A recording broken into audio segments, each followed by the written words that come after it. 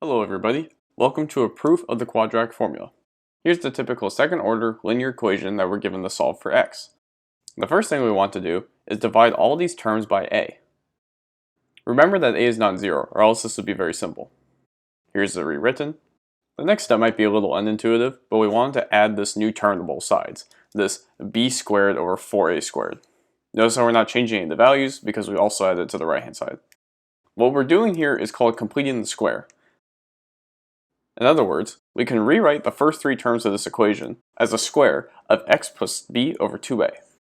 Now, let's move this term over to the right hand side. In this next step, I'm not only moving c over a to the right hand side, but I'm multiplying it by this 4a over 4a term.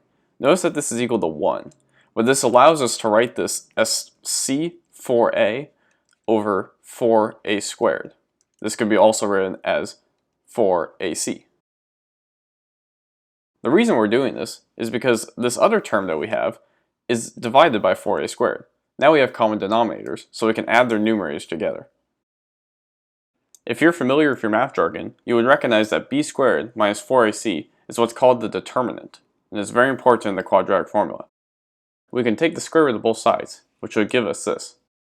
Notice that we have a plus or minus symbol here because 4a squared becomes 2a, but we don't know if 2a is positive or negative. Notice that b over 2a and this term on the right share the same denominators.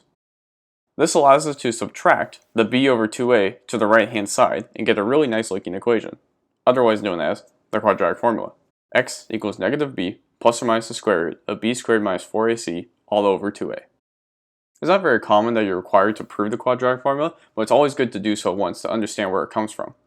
It's a very important and one of the most famous algebraic tools. You'll use it a lot in pre-calc and algebra.